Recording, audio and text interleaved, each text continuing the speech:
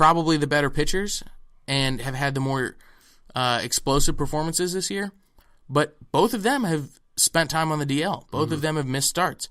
Gio, I don't think he has missed a single start.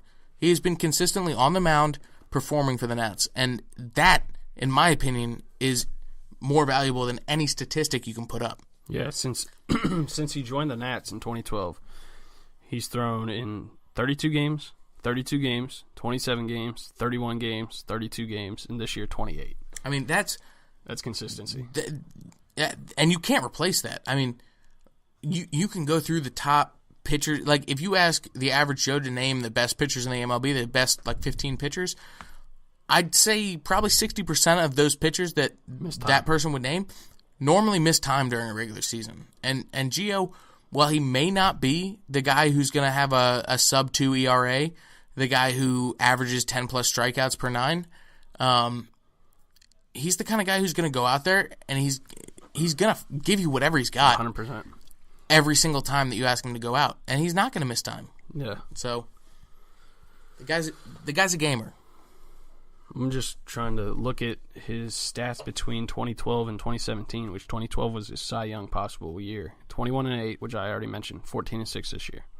He had a 2.89 ERA in 2012. This year he's got a 2.5. So right there alone, pretty borderline consistent of both seasons. He pitched in 199 innings in 2012. He's already hit 180 this year. So wow. He's going to what was the 2012? 2012, 199 innings. And 180 this year already? Yeah. So that's like 3 more starts for him, basically. Yep. That was 32 starts, where he's got 28 this year. So I'm going to guess he has – so Nats have 21 games left.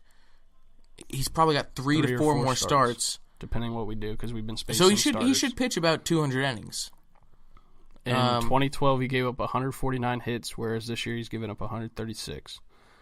53 runs given up, 69 in 2012. So he's given up more home runs this year, but overall, but that's the thing. I mean, home runs. Yeah. If nobody's on base, that's all that matters. Right. And that's really all the runs he's been giving up is solo dingers. Yeah. I'm big on him. I think. I don't think he will win the Cy Young, but he won't. But he our 3 pitchers better be in the damn conversation. I'll feel bad if he doesn't get a couple votes. Yeah. Talking about our pitchers, Strasburg, right now, I did not. I mean, this was a sneaky, maybe not so sneaky. Maybe I'm just weird, but I had no idea he'd pitched 26 scoreless innings consecutively. And only 2 runs in 126 batters faced? Yeah. What? I mean, I see the curveball that looks like the 2012 curveball. Just zooming. I mean, I see the batters that look uncomfortable, but I'm really starting to believe now he's found something recently that, I mean, if he can shake off that calf injury that keeps, I don't even want to call it an injury, just that problem that keeps on, rearing up its head. But, I mean, man, he looks good. I think he's learning how to get loose finally. I don't know. He's always known how to pitch. Besides his very first year when he came up, all he was doing was flame throwing. Now I think he's completely learned how to pitch. He's completely learned how to get loose before games. He's got a routine that he goes through. Since the Houston game, I know it was before that, but since the Houston game, it just lights out. I mean, you go into Houston, who's one of the best offenses in the league, and make them look silly. I'm so thrilled to have him. I mean, I gotta say, the game that we went to, the Miami game that we went to, his complete game, we noticed it, and I think we were both kind of joking around, but almost I was joking about it from the car. Yeah, we were joking about it from the car, but then, I mean, our seats were, right on top of him. Yeah, we were first row in right field. That's where Strauss is throwing his warm-up. I mean, that's where he's not even, we could see him in the pen, kind of, but just the way that he was warming up, throwing in the outfield, walking around before he even threw on in the pen. It's a different demeanor about him. Yeah, it's a different attitude. It's almost like he knows now, hey, I am that guy, and I'm going to go out and dominate. He's still, but he doesn't let it bleed into his, he doesn't come off as cocky or anything like that. If anything, I think he could get more cocky. But like we said, we looked at each other while he was just playing catch in the outfield, and we said, He's got dude, to shove. he looks good. Yeah. Like, so, I mean, I don't know. I don't know what it is, but I like it. The I'm the shit mentality is what makes a starter good, because Scherzer knows what he's got. Oh, yeah. Scherzer he knows what he's coming out with. He knows how he's going to attack hitters, and I think Strasburg is learning so much from just watching Scherzer. I know Strasburg is a quiet guy.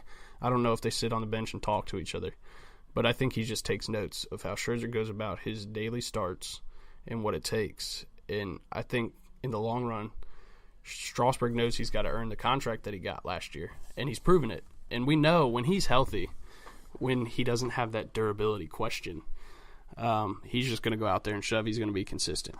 And if he's this consistent, I'm okay with moving on from Scherzer when his contract's up, which I think Scherzer will probably retire by 2020. I don't know, maybe not, because he's got a lot left in the tank. We signed him to a 4-year deal, and we're paying him for 8 years. Yeah. Yeah, I mean, I don't know. Who knows? Honestly, who knows? But the Barry Luga, or whatever his name is, on 106.7 The Fan came out and said, before we touched on Gio, that he's thinking that Gio might be, or I think we said that in the car, that Gio would be the X factor in the playoffs, which I truly believe, because, like we said, he's the team MVP. Yeah. And if we're relying on the 1-2 starters of Scherzer and Strasburg, then we're going to have a third starter, and if you see us in a 5-game series with Gio pitching the way he does, good luck. Yeah, honestly. I mean, you know Max and Strauss are going to shove, and if we have that Gio option as a third, I mean, that's 3 wins. That's all you need in the NLDS. Right. I think he's the key that we haven't had in the past 3 playoff appearances. Right. But anyway, that's probably enough Nats.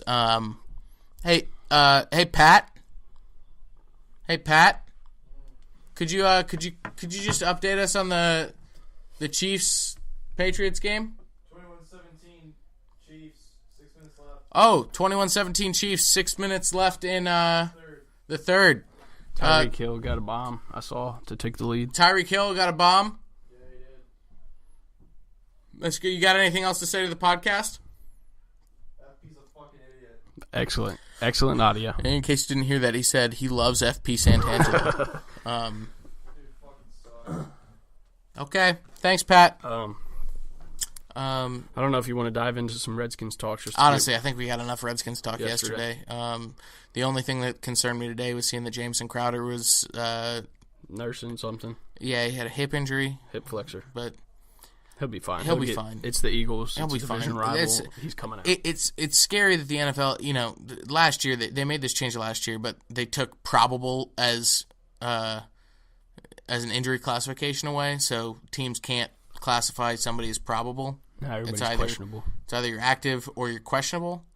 So honestly, all that led to is everybody being like you said, everybody being questionable, and it's just annoying. It's like OBJ. I mean, look at the Patriots. Belichick hates tipping his hand. Yeah. Half their roster is questionable going into Sunday. And it's like OBJ hurting his leg in the preseason and trying to say, I'm not going to play against the Cowboys.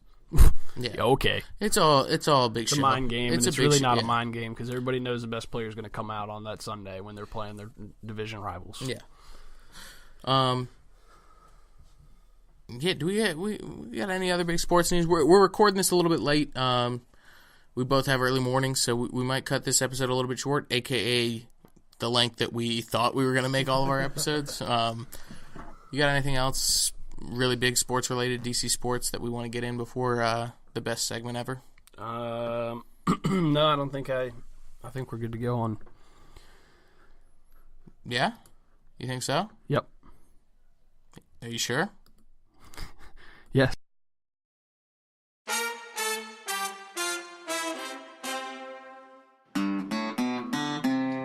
Tobacco, rappo, tobacco, rappo.